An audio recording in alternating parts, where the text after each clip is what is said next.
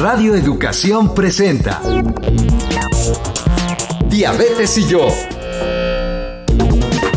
Sondeos, reportajes, tips, cápsulas de salud y mucho más. Propuestas para lograr una mejor calidad de vida. Diabetes y yo. Entendiendo la fibromialgia.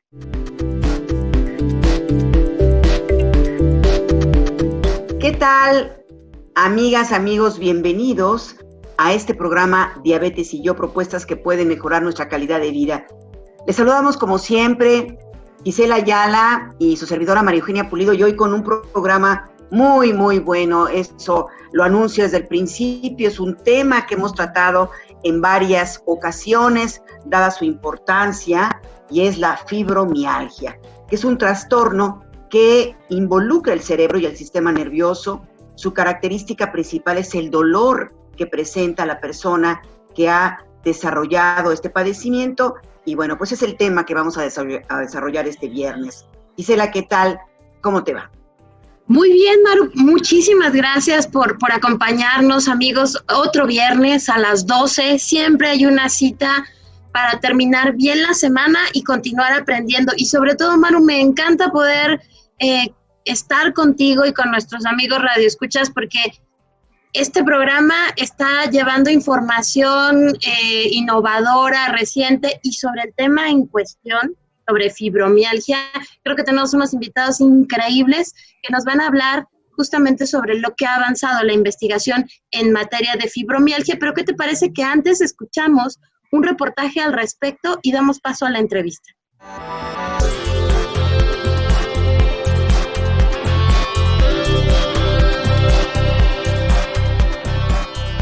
La fibromialgia se caracteriza por dolor en los músculos y en el tejido fibroso, es decir, en ligamentos y tendones. Se presenta una sensación dolorosa a la presión en unos puntos específicos y se perciben con dolor estímulos como abrazos o caricias.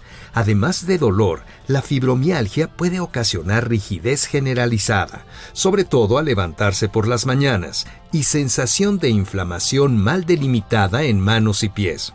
También pueden notarse hormigueos poco definidos que afectan de forma difusa, sobre todo a las manos. Con frecuencia el dolor varía en relación con la hora del día, el nivel de actividad, los cambios climáticos, la falta de sueño o el estrés. No se conoce la causa de la fibromialgia, pero se piensa que hay muchos factores implicados. Hay personas que desarrollan la enfermedad sin causa aparente, y en otras comienza después de procesos identificables, como puede ser una infección bacteriana o viral, un accidente de automóvil, o en otros casos aparece después de otra enfermedad, como artritis reumatoide o lupus eritematoso, entre otras.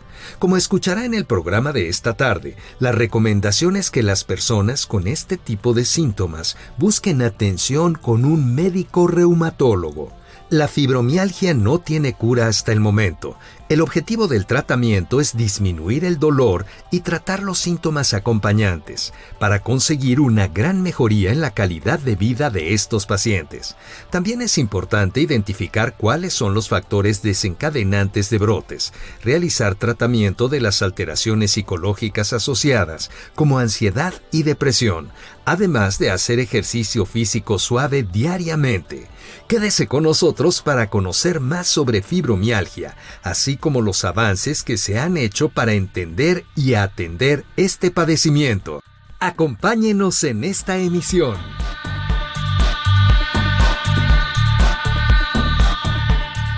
Como escuchábamos, amigas, amigos, la fibromialgia es un padecimiento que afecta entre el segundo y cuarto, el 2 y el 4% de la población en general.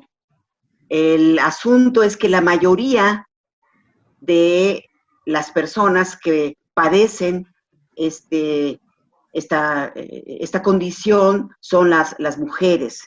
El padecimiento puede ser desencadenado por un daño físico o psicológico.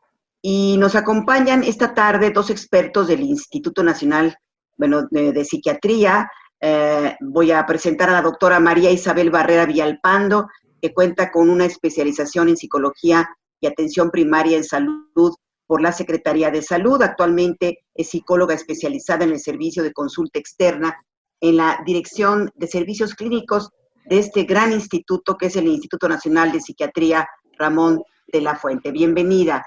También Gracias. Nos acompaña y nos da mucho gusto que esté con nosotros el doctor Manuel Martínez Lavín.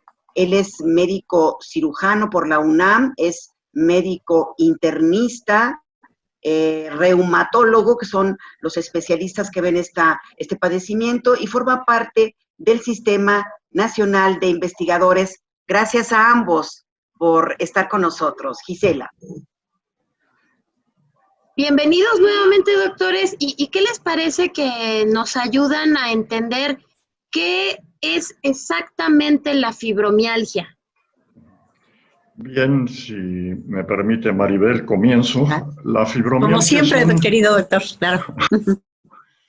La fibromialgia es un padecimiento muy común que, como ya dijeron, afecta predominantemente a las mujeres y se caracteriza por dolor generalizado crónico. A estas personas les duele todo el cuerpo, pero este dolor tiene ciertas características peculiares. Se acompaña de sensaciones anormales como pinchazos, hormigueos, calambres y una sensibilidad exagerada a la presión.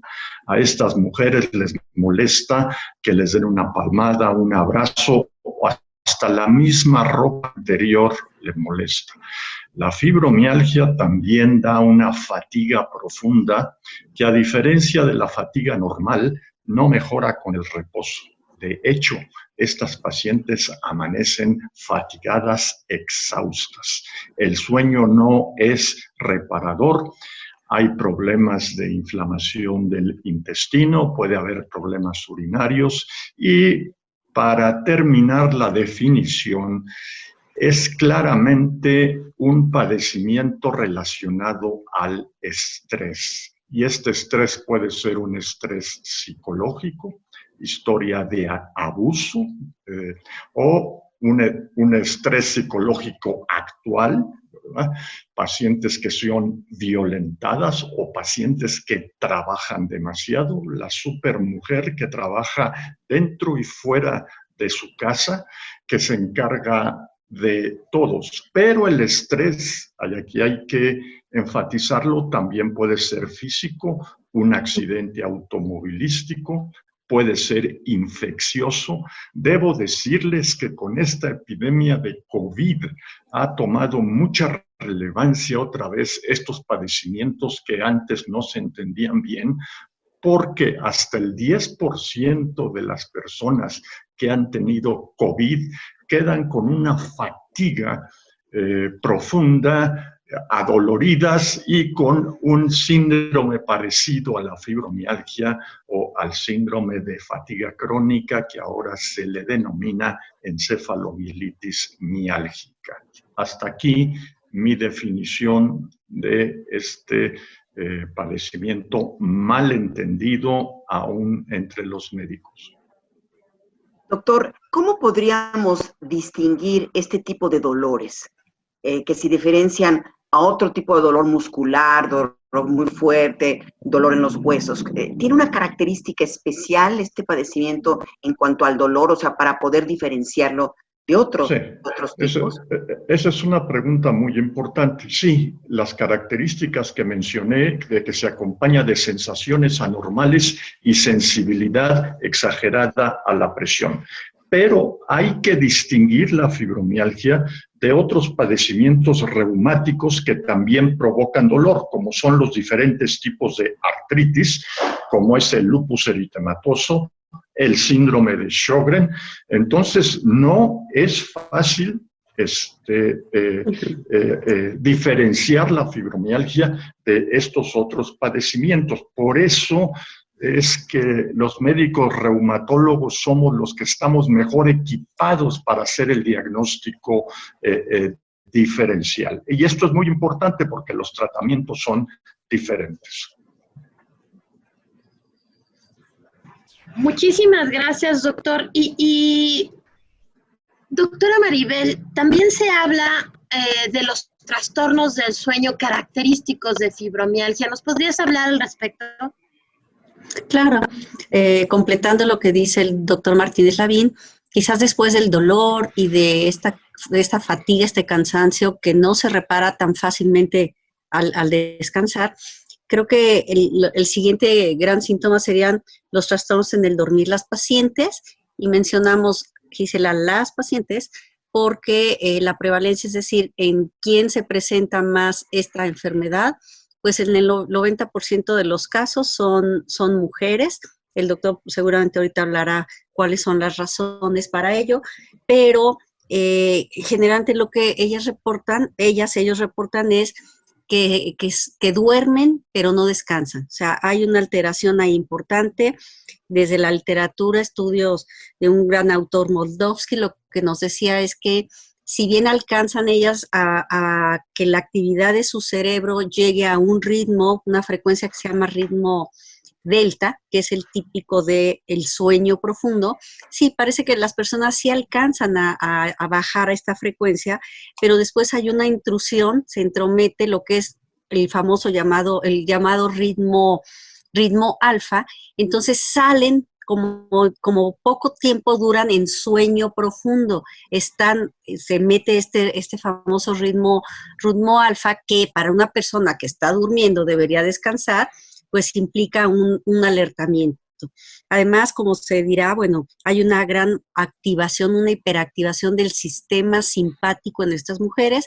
Estudios que el doctor ha realizado ahí en cardiología, pues hablan de que en horarios en que las mujeres, en general las personas deberíamos estar descansando y con estas fases del sueño, de llegar a sueño profundo, las personas todavía su sistema nervioso está hiperactivo. Entonces es un fenómeno muy interesante porque en general las personas eso dicen, o las parejas, quienes alcanzan a ver cómo duermen las personas, nos dicen, por ejemplo, pero si la veo profundamente dormida, bueno, hasta casi ronca, ¿no? Lo cual no quiere decir que se esté cubriendo la función de un sueño reparador. Uh-huh. Se dice, por ejemplo, que este padecimiento no es degenerativo. O sea, si lo comparamos, por ejemplo, con otros padecimientos como la diabetes, como la hipertensión, no es un padecimiento que cree esta degeneración. Pero, doctor, usted explicaba previo al inicio de nuestro programa que por las condiciones se puede volver incapacitante en los pacientes que generalmente son mujeres y en una edad productiva, porque generalmente son jóvenes, ¿no, doctor? Correcto, o sea, creo que la idea es precisamente eso. El padecimiento no daña de manera grave la estructura del cuerpo, pero los síntomas que son reales pueden ser incapacitantes. Tener dolor constante, que a veces ese dolor es muy intenso, las 24 horas del día. Un cansancio profundo que le impida el desarrollo de las actividades normales, ¿verdad? Y otros síntomas hace que en muchos casos esta enfermedad sea incapacitante. Más aún si no se conoce el diagnóstico y se dice, bueno, todo te lo estás imaginando, todo está en tu cabeza, ¿verdad? Eso a cualquiera persona la desorienta y complica mucho más la situación. Y estaremos hablando en minutos posteriores con la doctora Barrera justamente sobre este fenómeno de que los que están alrededor mío no reconozcan que tengo un padecimiento, pero ya también se abría el tema de que es una condición, un padecimiento que se presenta más en mujeres. Doctor, ¿nos podría hablar por qué? ¿Por qué se presenta más en mujeres? Sí, primero debo decir que las investigaciones de los últimos años de la fibromialgia han cambiado totalmente el concepto de la misma, ¿verdad? Y hay dos razones principales por lo cual el padecimiento es mucho más frecuente en las mujeres. Primero, factores hormonales. Ahora se sabe que ciertas hormonas femeninas como la prolactina, los estrógenos y otro tipo de hormonas femeninas asociadas al estrés, lo que hacen es que dañan los nervios que transmiten dolor. Y sobre todo, lo que es muy novedoso, esto es algo que nosotros hemos propuesto y que estamos trabajando mucho en ello, que son, ya sabemos dónde están estos centros nerviosos donde se irritan los nervios que transmiten dolor, que son unos nódulos que están alrededor de la columna vertebral. La otra razón, aparte de las hormonas, es que la genética de las hembras es diferente a la de los machos y lo debemos de entender así. Se han hecho estudios recientes en la Gran Bretaña donde tienen un banco biológico grandísimo de toda la población. Entonces han visto años o décadas después quienes han desarrollado dolor crónico generalizado, ¿verdad?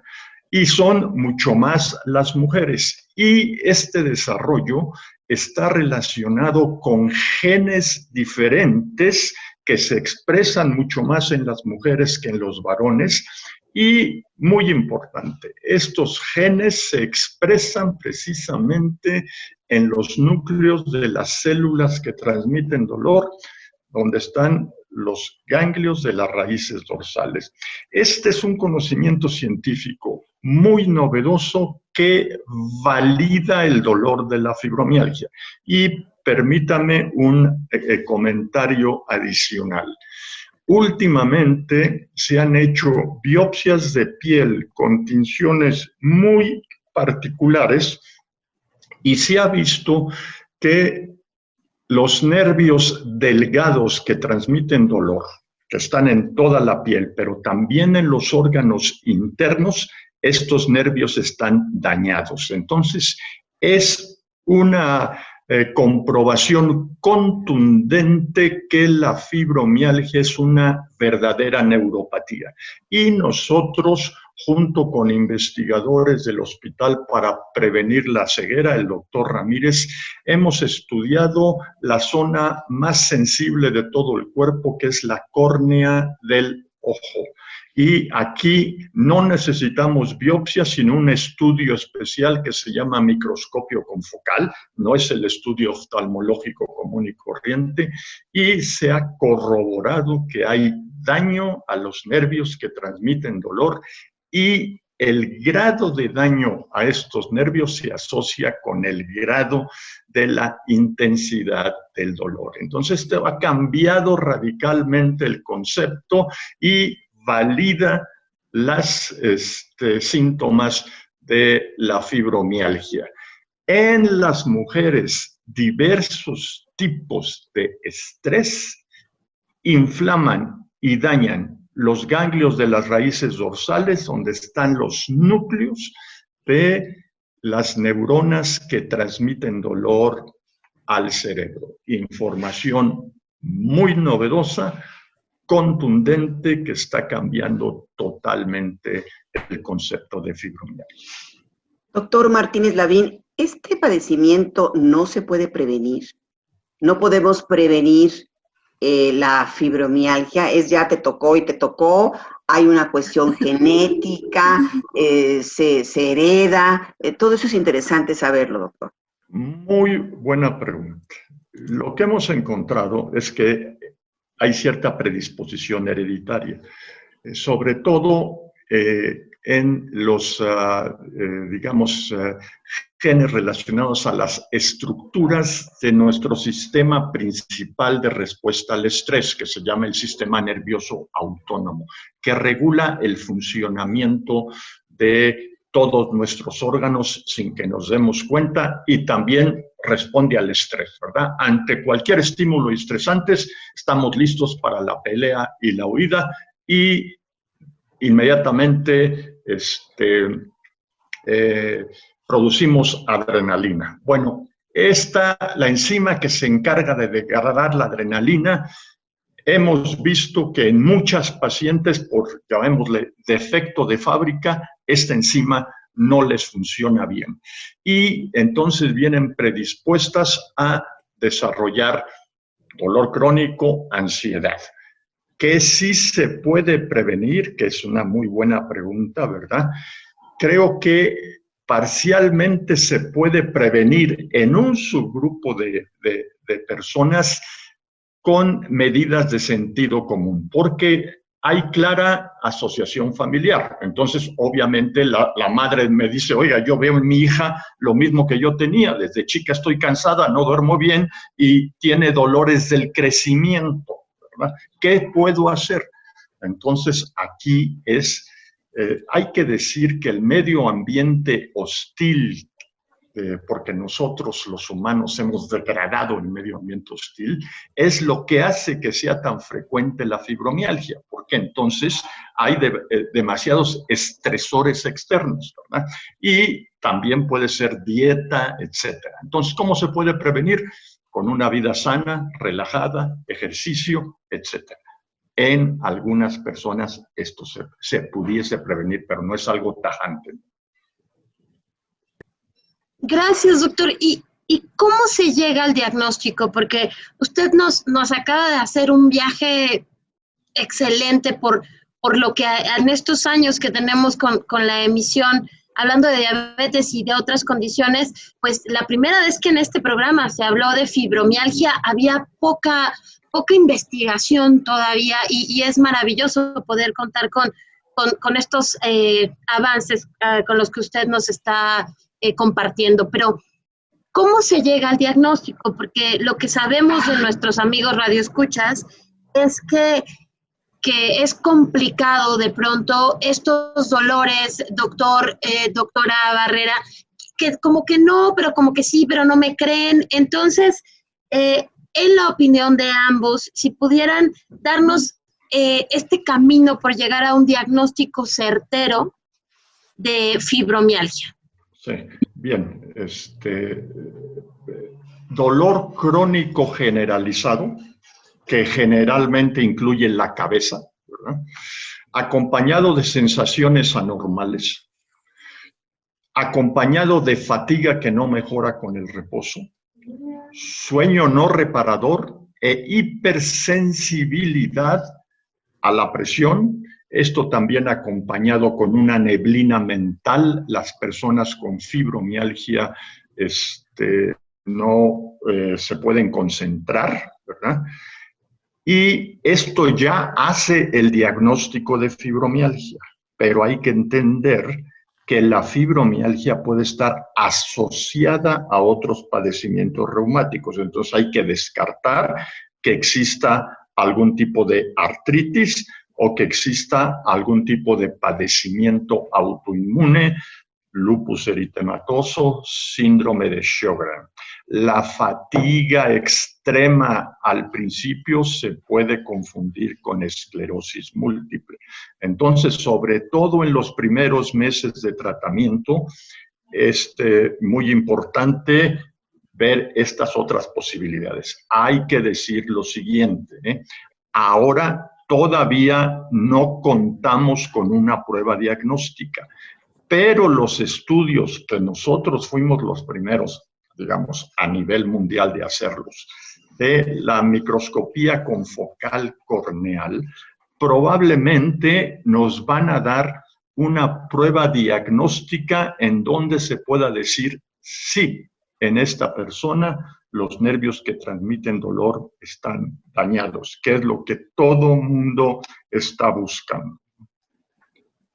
Doctora Maribel, ¿cuál es el seguimiento? Porque es crucial todo esto que ustedes están diciendo y que tiene que ver con el sistema nervioso autónomo. ¿Cuál es el seguimiento que un psicólogo, una psicóloga le da a una paciente, a un paciente que insistimos, generalmente son mujeres, para aminorar las molestias, el estrés, que también nos han dicho que es un factor desencadenante.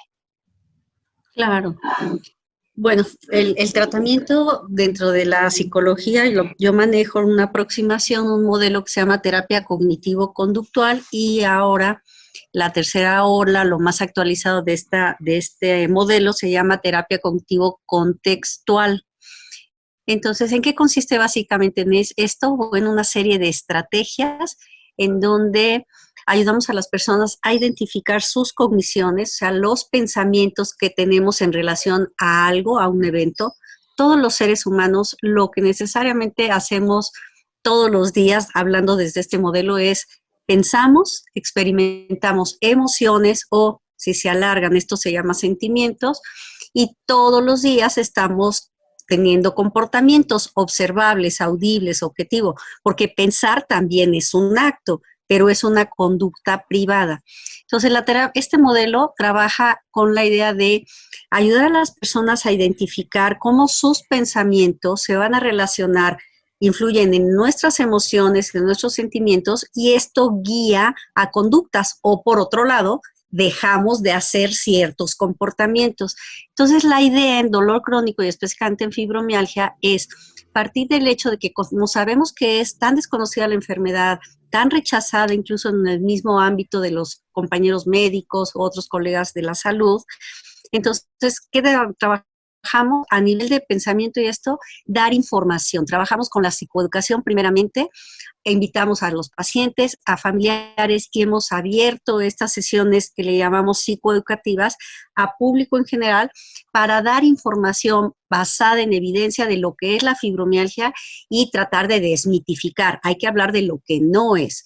Entonces, se da la información, y creo que uno de los primeros procesos que hay que trabajar es que las personas acepten. Hay que trabajar importantemente la aceptación de la enfermedad. Partamos de que es una pérdida. La pérdida de la salud implica síntomas de depresión, ansiedad. Hay una reacción primeramente adaptativa a cualquier pérdida, ¿sí? Entonces, trabajar esto, pero como ellos vienen cargando que el gran estigma, un gran peregrinaje, en general está reportado que tardan hasta 7 años en llegar a un diagnóstico correcto, cosa muy parecida con los trastornos mentales que más vemos en estas instituciones de salud mental, que es los trastornos afectivos, la depresión y la ansiedad. Tristemente se tarda de 5 a 7 años para llegar a un diagnóstico correcto. Entonces hay que trabajar lo que es la aceptación, incluir a la familia, y después, por supuesto, ya vamos trabajando con una serie de estrategias. Sí, sabemos que la respuesta de estrés, el mal manejo de la respuesta de estrés, porque completando lo que dice el doctor y desmitificando, el estrés no es malo, es una respuesta natural, es automática, es un conjunto de respuestas fisiológicas, de pensamiento, mentales y conductuales, que primero nos permiten sobrevivir. Y la segunda función de la respuesta a estrés es la activación o energía diaria para nuestro hacer cotidiano.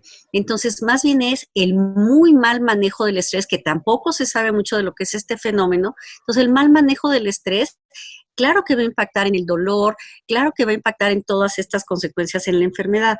Entonces, trabajamos con técnicas de manejo de estrés, como sería la respiración diafragmática, relajación muscular, una relajación por frases, técnicas de reducción de dolor con imaginaciones guiadas. Trabajamos también en algo muy importante. Imagínense que constantemente la persona está dolorida, ha peregrinado y le han dicho constantemente que no tiene nada, que lo inventa, que son histéricas, que son hipocondríacas. Todo esto lastima al ser humano. Entonces, aparte de lo complejo, lo desconocido de la enfermedad, se enfrentan a otro gran estresor, el maltrato, el no comprenderlas, el no escucharles, ¿sí?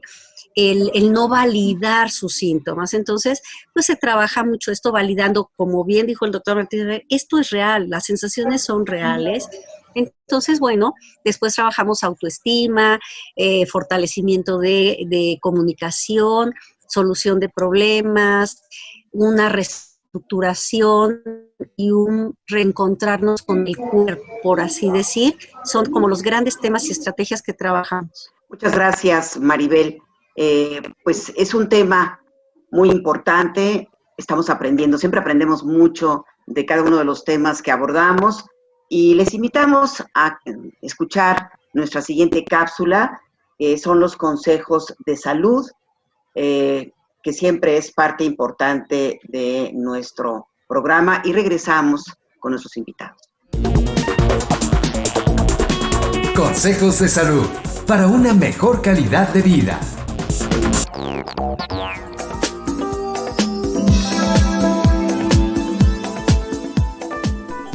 Hola, ¿cómo estás? Mi nombre es Mónica Hurtado, la nutrióloga de Quiero Saber Salud. Hoy te saludo, espero que te encuentres muy bien, que tu viernes vaya de maravilla. Estamos a mitad del día, así es que bueno, todavía nos quedan varias cositas por hacer. Quiero platicarte un poquito de cómo era antes del descubrimiento de la insulina el tratamiento de una persona que vivía con diabetes tipo 1 en cuestión de alimentación. ¿Te has preguntado? ¿Se podían consumir todos los alimentos? ¿Cómo era la dieta? Bueno, pues antes del descubrimiento de la insulina, el tratamiento de la diabetes era bastante complicado. Es posible que las personas que tenían esta condición solo vivían 1 o 2 años y durante este tiempo eran sometidas a dietas muy estrictas, con hidratos de carbono limitados. La más conocida de estas dietas fue la desarrollada por el Dr. Frederick Allen, un médico con sede en Nueva Jersey. Esencialmente, este tipo de dietas pues dejaban a las personas con hambre y consistían en una serie de regímenes estrictos con porciones de hidratos de carbono o carbohidratos ligeramente diferentes. Había un pequeño cambio, es decir, estas dietas eran pues monótonas, ¿no? Y con una cuestión de pocas cantidades. Estas dietas mantendrían con vida a las personas con diabetes durante un poquito más de tiempo que si hubieran llevado una dieta libre, una dieta pues normal. Desafortunadamente, las personas que seguían estas dietas pues evidentemente tenían pues un daño, se veían delgadas y regularmente morían por una cetoacidosis. Esto era regularmente así como lo documentan en el invierno. Entonces, la perspectiva de las personas con diabetes tipo 1 en aquellos entonces eran muy sombrías, eran muy limitadas. Por eso es que aplaudimos tanto este año, este 2021, porque es donde se conmemoran los 100 años del descubrimiento de la insulina. ¿Te imaginas en la actualidad? Si de pronto decimos, ay, es que me van a limitar la cantidad de azúcar, me van a limitar la cantidad de papa, me van a limitar la cantidad de mango. Imagínate cómo era antes.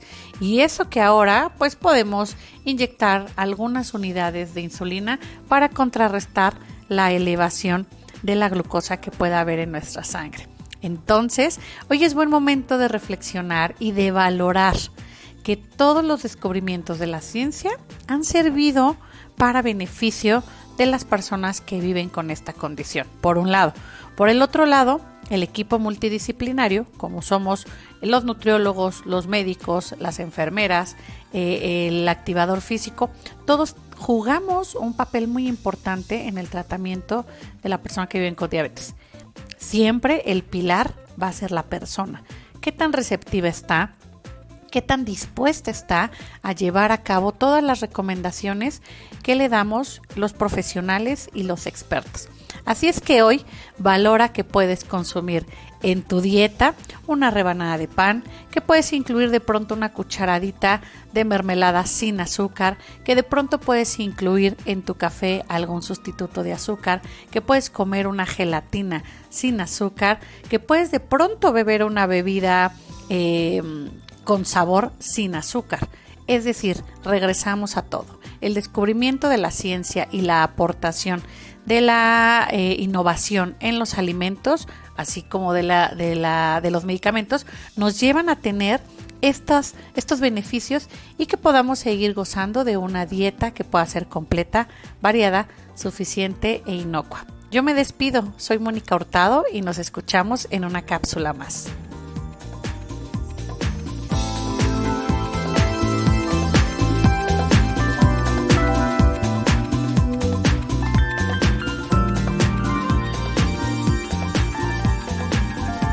Regresamos con nuestros invitados, el doctor Manuel Martínez Lavín, quien es médico reumatólogo, y también Maribel Villalpando, psicóloga, y que ambos son pues especialistas en la materia que estamos tratando, que es la fibromialgia. Gisela. Muchas gracias, Maru. Y en estamos pasando las fases de identificar los síntomas, cómo se diagnostica. Muchas gracias por compartirnos la información. Ahora es el momento, doctores, de hablar de los tratamientos. ¿Cuáles son los tratamientos farmacológicos que existen para la fibromialgia, para los y las pacientes con fibromialgia? Y pues también que Maribel nos siga comentando respecto a todo este acompañamiento que se le da ya a los pacientes que han sido diagnosticados. Doctor, ¿empezamos con usted? Sí, el tratamiento debe de ser integral, no tengo rubor de decir holístico, ¿verdad? Donde la información es fundamental. La validación de los síntomas, ¿verdad? Y el entender cómo el estrés se convierte en verdadero dolor neuropático. Y esta información hay que dársela a la paciente y a la familia, ¿verdad?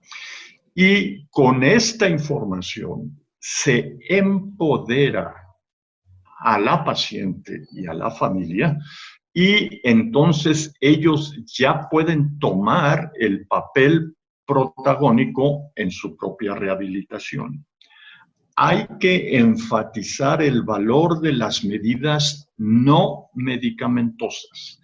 Entonces, hay que cambiar las situaciones de, digamos, estrés constante que pudiese haber generalmente en el trabajo o en el hogar, ¿verdad?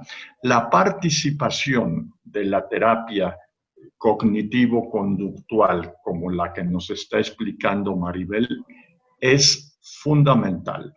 Evitar sustancias parecidas a la adrenalina, como es la nicotina, como es la cafeína. Muchos de estos pacientes tienen intestino irritado, entonces la dieta es muy importante para la mejoría de los síntomas. Tiene que ser una dieta predominantemente vegetariana, libre de grasas y libre de digamos, sustancias proinflamatorias. El ejercicio gradual, aquí hay que enfatizarlo porque la fatiga es real y es una fatiga, llamémosla biológica, no es que sean flojas las pacientes o que no quieren hacer nada. Si hacen demasiado, la van a pagar. Entonces, lo que tienen que hacer es un ejercicio gradual, ¿verdad?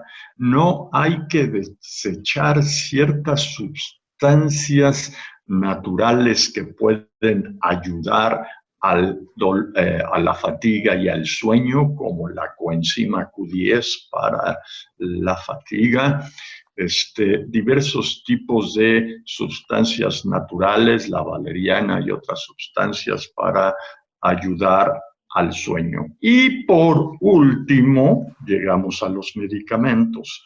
Y aquí hay que ser muy cuidadosos porque las pacientes tienen múltiples síntomas, van a ver a múltiples médicos.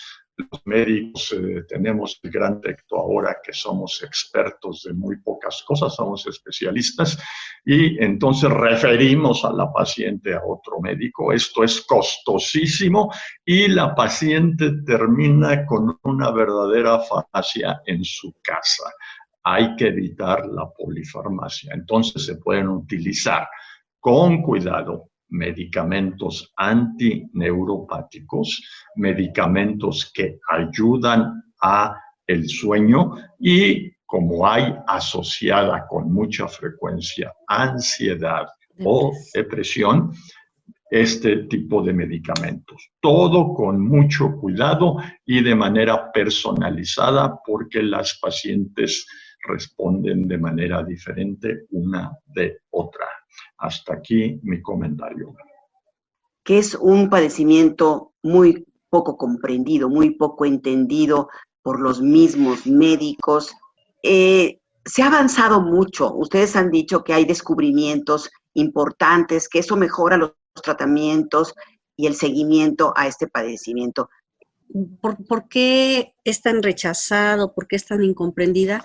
Pues porque en el modelo médico tradicional, lineal, se enseña a los estudiantes de medicina todavía que existe aquello que se puede objetivizar, aquello que se puede medir, para lo cual hay un análisis de laboratorio preciso, como ver niveles de salmonela o alguna otra bacteria, en fin. Pero en la fibromialgia, igual ni en la depresión, ni en la ansiedad, los principales problemas que vemos en la salud mental, no hay análisis de laboratorio, no hay estudios de gabinete, no hay una radiografía, un ultrasonido que nos diga, miren, aquí está la depresión, aquí está la ansiedad. A nivel de cerebro, ¿qué pasa? Pues que es toda una red de conexiones, ¿sí? Que hay, es toda una red, una neuromatrix, una gran conectividad en el cerebro. Hay varias áreas que están afectadas, pero no hay una zona, no hay una estructura dañada. Entonces, si partimos de que esto no se comprende en el modelo médico lineal, solo con un abordaje biopsicosocial, cultural y yo diría ahora hasta espiritual, porque hay que ayudar a la persona con todas las mismas áreas y los conocimientos o las preferencias que la persona nos diga.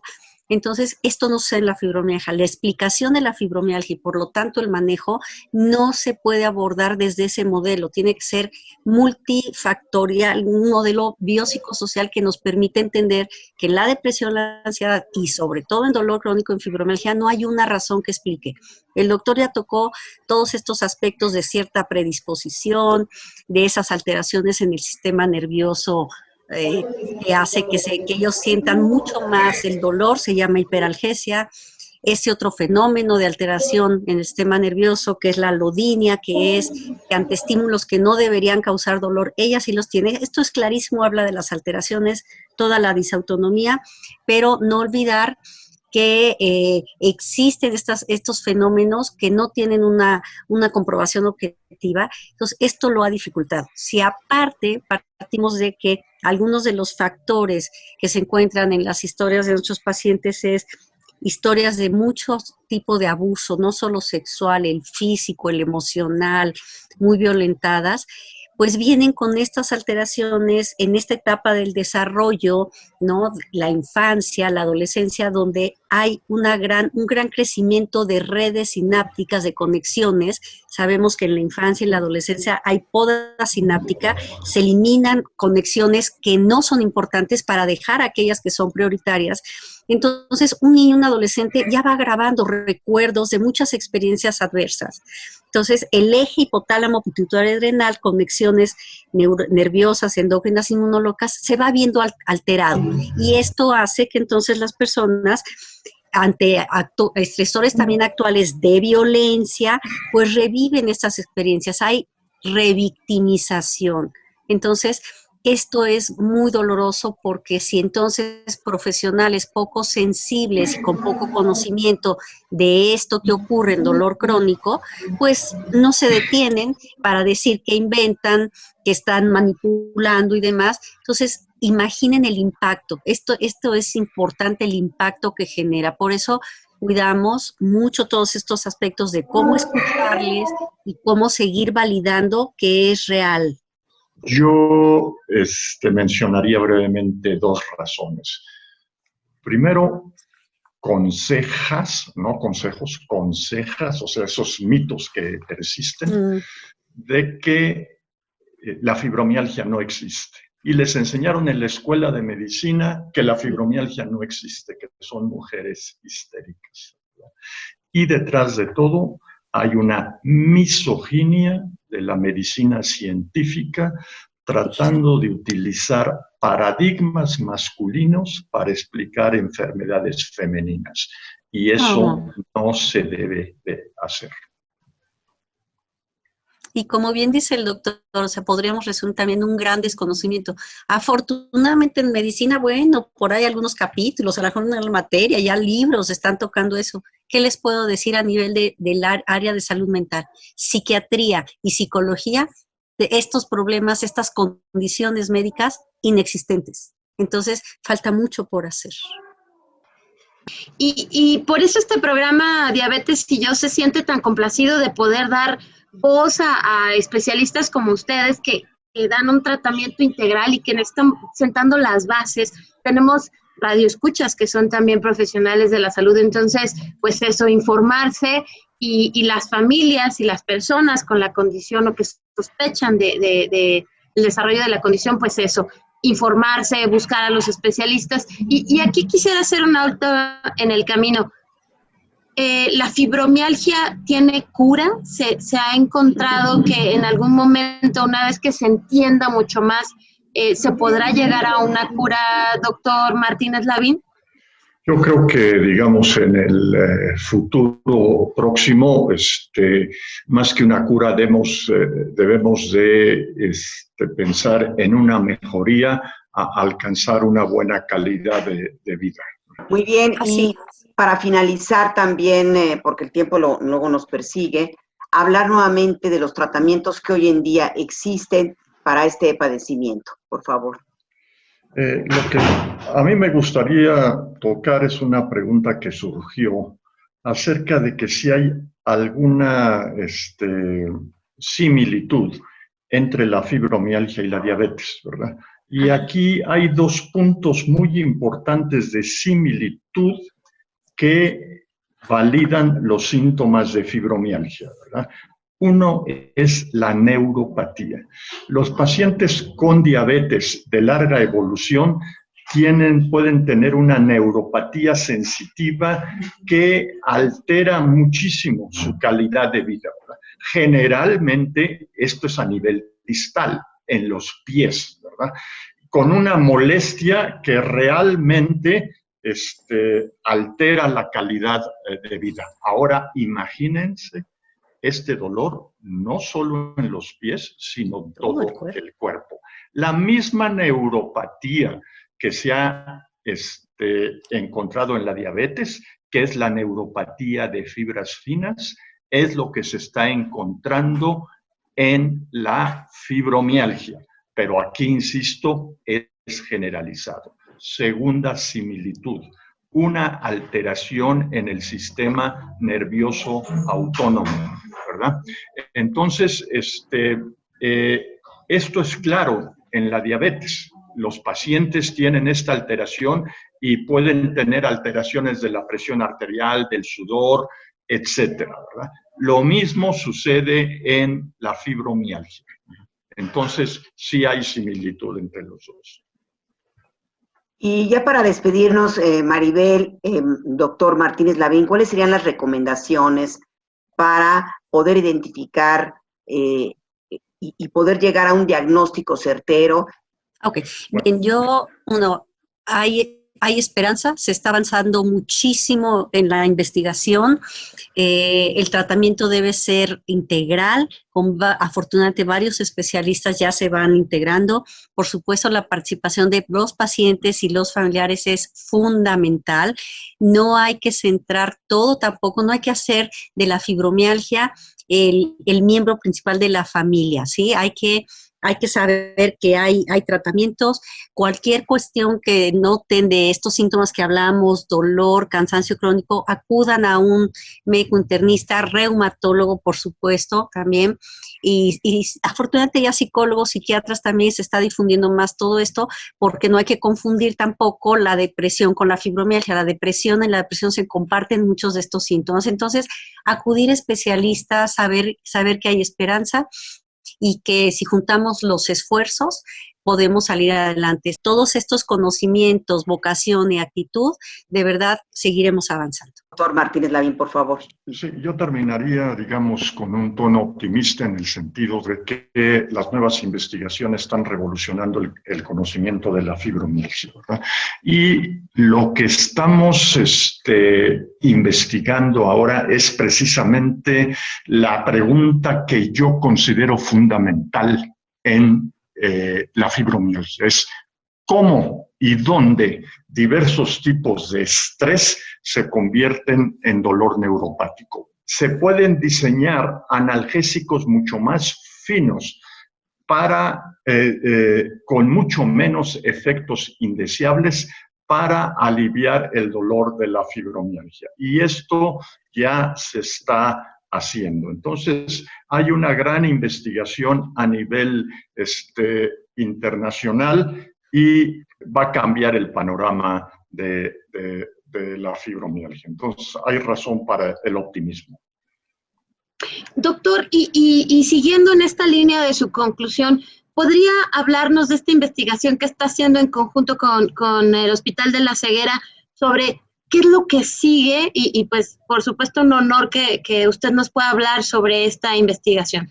Claro, las investigaciones que estamos haciendo son las siguientes y quiero agradecer a todas las pacientes que se han prestado para las investigaciones, ¿verdad? Primero, sí, definir muy bien la correlación entre el daño de los nervios de la córnea de los ojos, que insisto, esto es totalmente no invasivo, por medio de un estudio oftalmológico muy especial, porque el microscopio es muy especial, se pueden ver estos daños. Entonces, esto se podía convertir en una prueba diagnóstica. Otra cosa que estamos haciendo, y es con investigadores del Instituto Nacional de Psiquiatría, que es el doctor Francisco Mercado, estamos estudiando precisamente lo que yo considero el epicentro del dolor de la fibromialgia, que son los ganglios de las raíces dorsales. No tuvimos tiempo de hablar de estas estructuras maravillosas que están en la interfase del sistema que transmite el dolor y el sistema nervioso central, ¿verdad? Y ahí se esconden diversos tipos de virus, incluyendo el SARS-CoV-2, ¿verdad? Y estos ganglios tienen un polvorín inflamatorio. Entonces, lo que estamos viendo, los sueros de las pacientes con fibromialgia hacen que se activen estos ganglios en cultivo, digamos, ganglios de las raíces dorsales que proceden de ratas, ¿verdad? Esto es una investigación básica que apenas se está llevando a cabo. Estamos viendo también por medio de ultrasonido los nervios que transmiten dolor en diversas partes del cuerpo. Entonces hay muchísima investigación que estamos haciendo. No nos ha parado la pandemia. Muy bien, doctor, gracias. Maribel, tú tienes programado un curso. Por favor, adelante. Sí, claro, contribuyendo también a la capacitación, a fines de este mes coordino un curso de manejo cognitivo-conductual de la fibromialgia para profesionales de la salud y pueden registrarse o escribir un correo a cursos.diep, que es la Dirección de Investigaciones Epidemiológicas Sociales, entonces cursos.diep@gmail.com, y es un curso en línea. La plataforma estará abierta 2 meses a la hora que ellos quieran registrarse, y pues les va a dar, hay foros en donde los profesionales platicamos, se les da retroalimentación, entonces, y es un costo de verdad bastante accesible con todo el respaldo del Instituto Nacional de Psiquiatría. Gisela, pues hay que ponerlo también en el Facebook, ¿no? Sin duda, vamos a tener información en nuestro espacio en Facebook sobre fibromialgia y sobre este curso. Búsquenos como Diabetes y Yo. Adelante, Maru. Y también, Maribel, puedes de todas maneras dar tu correo electrónico, por favor? ¿A dónde deben de escribir? Si nos los das, por favor. Sí, por supuesto. maribel_yahoo.com.mx. Ahorita se los escribo para cualquier información. También ahí estoy a sus órdenes. Y Ahorita también está, sí, ahorita está también, puedo darlo, cursos.diep@gmail.com. Así es, y ahí les damos toda la información, porque afortunadamente también, aunque todavía son pocos los profesionales, ¿no? Todavía otros temas jalan más la atención, pero poco a poco, el doctor lo sabe, desde 2003, 2004 hemos estado trabajando en cursos presenciales, en cursos en línea, y bueno, afortunadamente también ya otros profesionales pues van interesándose, cosa que nos da muchísimo gusto. Bueno, pues muchísimas gracias. Gracias de veras. Ha sido un lujo poderlos tener en este programa. Ojalá que nuevamente nos visiten, Gisela. Queremos agradecer a nuestros invitados, la doctora María Isabel Barrera Villalpando, psicóloga, y también al doctor Manuel Martínez Lavín, médico cirujano y reumatólogo. Gracias por estar con nosotros y les invitamos a seguir este tema. Y por supuesto escribir sobre el mismo todas sus dudas para después pasárselas a nuestros invitados. Gisela, nos vamos. Pues fue un honor contar con la presencia de nuestros especialistas de esta tarde y seguir aprendiendo de fibromialgia. Muchísimas gracias a nuestros entrevistados, doctor Martínez Lavín, Maribel Barrera. Muchas gracias a ustedes. Buenas gracias. Tardes. Muchísimas gracias. Y gracias también a nuestros queridísimos amigos que siempre nos siguen a lo largo de este camino ya largo para mejorar nuestra salud, para buscar lo mejor. Y pues todo el equipo agradece su atención. Recuerden, Diabetes y yo, todos los viernes en punto de las 12 del día por Radio Educación. El equipo se despide. Mario Ledesma, Oscar Guerra, Nacho Casas, Brisa Sánchez, Gisela Ayala y María Eugenia Pulido. Hasta luego. Radio Educación presentó Diabetes y yo. Sondeos, reportajes, tips, cápsulas de salud y mucho más. Propuestas para lograr una mejor calidad de vida. Diabetes y yo.